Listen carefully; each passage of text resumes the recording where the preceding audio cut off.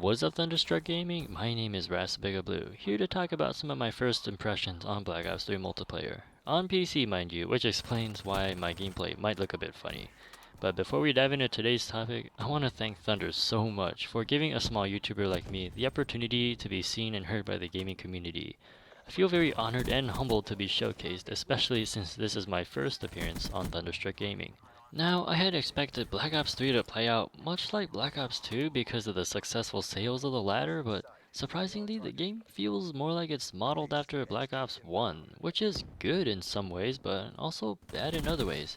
Like Black Ops 1, Black Ops 3 tries to keep the Call of Duty status quo, but this consequently makes it sacrifice room for innovation, and this might sound weird because this game has this whole movement system and 9 specialists, but hear me out.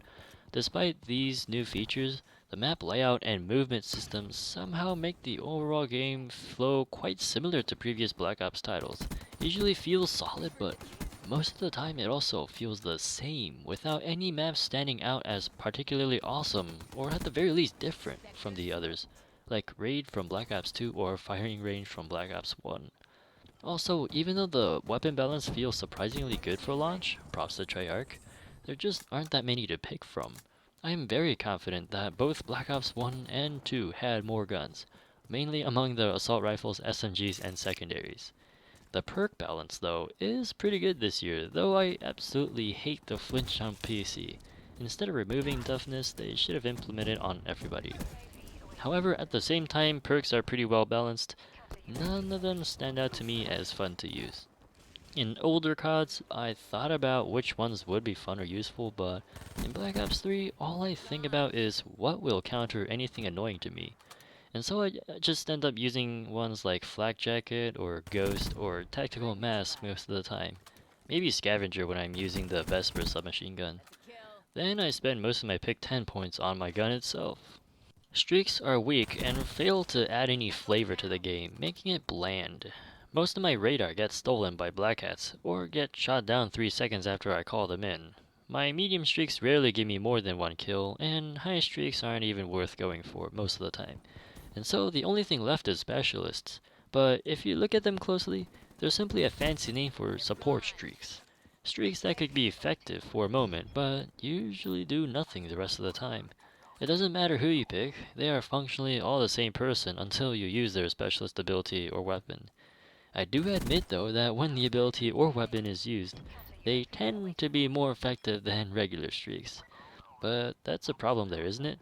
How is this one support streak often more capable of altering the battlefield than your 3 regular streaks combined? This is a bit upsetting, not really by the fact that noobs get access to some big guns like the War Machine or Scythe, but just the fact that it's the only thing I end up going for. Back in Black Ops 2, I enjoyed pub stopping to get a VSAT and then build off there for 2 more high streaks. Or having that infamous Angry Birds loadout, UAV, Hunter Killer, and Counter UAV, plus many more combinations of streaks.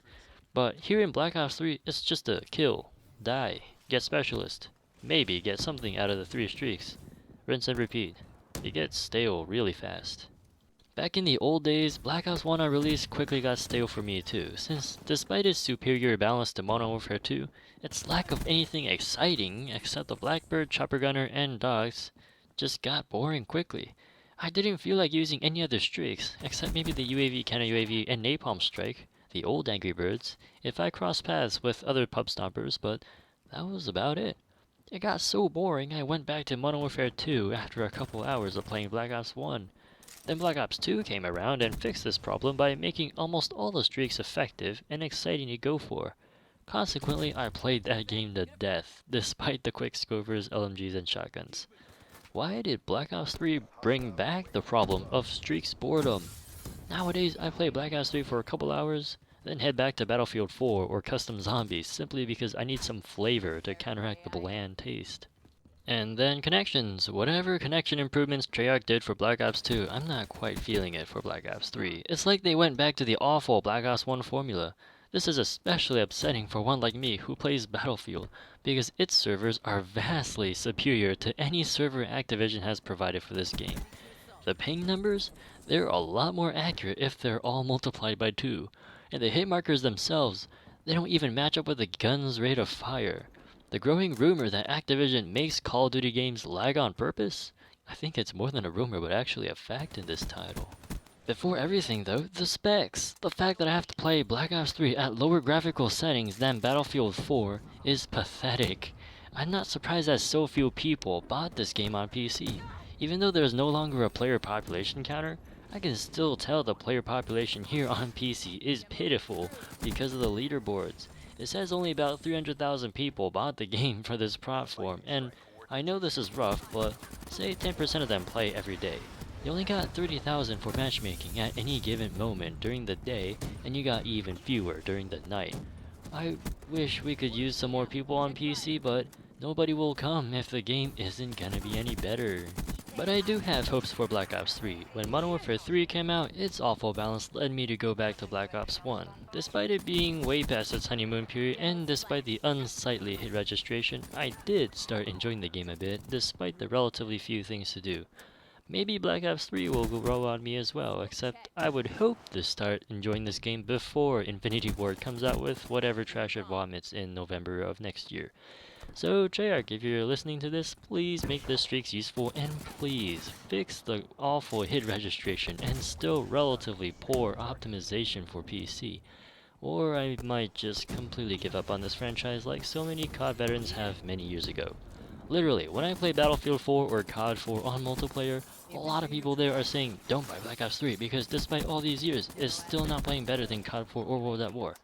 Eventually, I could become one of them if 3 years into the future, something like Black Ops 3 is the best Treyarch can deliver.